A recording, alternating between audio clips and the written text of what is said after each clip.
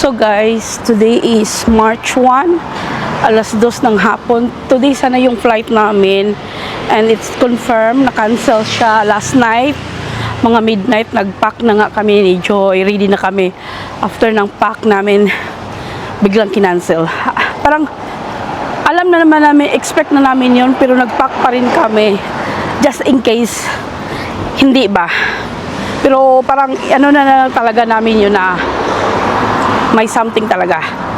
So next book ng flight namin is March 3, no? March 1 today, and 2 o'clock pa ng hapon. Late na kaming lumabas, punta kaming Siam Paragon. Siam? Parehara man ano? So lakad lang kami papunta sa BTS. CEO sa Siam. Mag-explore na lang kami doon. Wala sana kaming plano doon since meron naman tayong extra day, extra few days. Igala na lang namin doon. Kasi ang pinunta ni Joy dito is yung mga nakita nyo sa vlog. Siya kasi ang mga gustong puntahan, mga itinerary. And yung Siam, may time na talaga tayo. So guys, pumasok kami sa Siam Paragon. Hanapin namin yung Tipsamay. Pero hindi pa muna kakain. Saan lang ba na branch? Dito ba? O sa Siam Center? Siam, no? Siam. So guys, pupunta muna kami doon sa kabila. Kasi yung Tipsamay, alam na namin nandito. May pupuntahan kami doon na Muji. So, Siam Center kami. Maraming tao eh, busy. Sunday pala.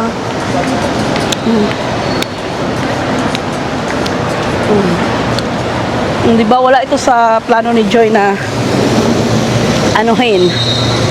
Puntahan. So guys, punta kami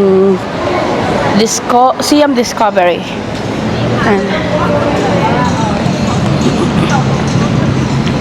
Wala akong masyadong dito, video kasi maraming music.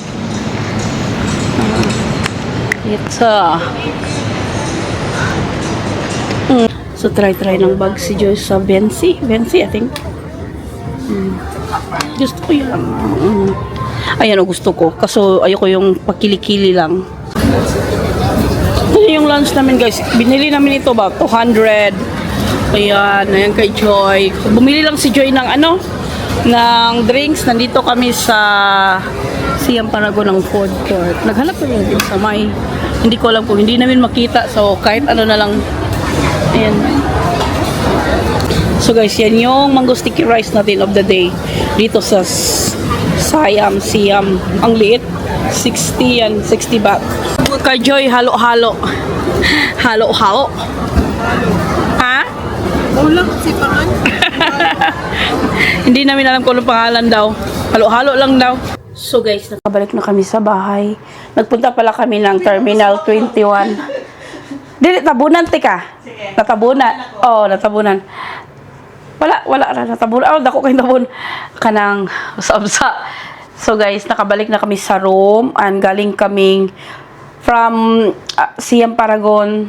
Nagpunta kami ng Terminal 21 para mag-take away ng food doon sa food court kasi masarap yung food doon. So, ito yung Thai tea. Unsaon na gud siya good? Chai mo. Unsaon siya Joy? Chai mo. Chai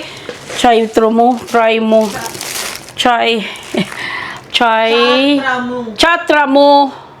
Mauna siya. Same kami ni Joy. Nag-order din ako ng yung hotdog sausage take away. 3. Tapos bumili din siya yung sa kanya isa. Sa amin na yan. Bumili ako ng katong porky na kuan at saka 2 sticky rice.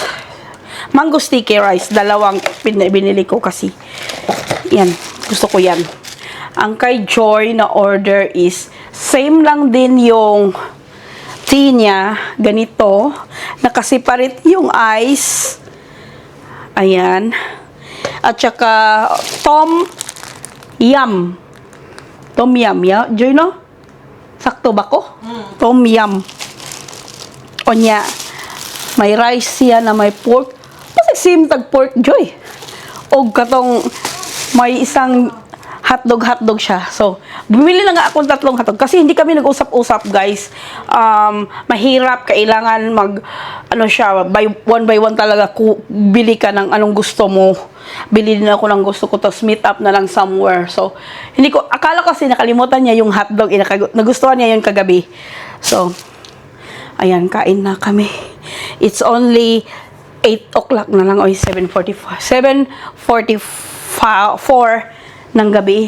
Ang aga namin dito, kakain kami, and sige na nga, kain na. So guys, i-add ko to sa haul. Bumaba kasi kami. 7-Eleven buy. So ito, serum, hair conditioner, hair treatment. Ito, bumili akong pomegranate at saka yung lemon na yun, din-drink ko na. May nakita akong red velvet na ganito. And bumili ako ng parang notepad kasi kailangan ko to. So add ko yan sa haul. 7-Eleven yan.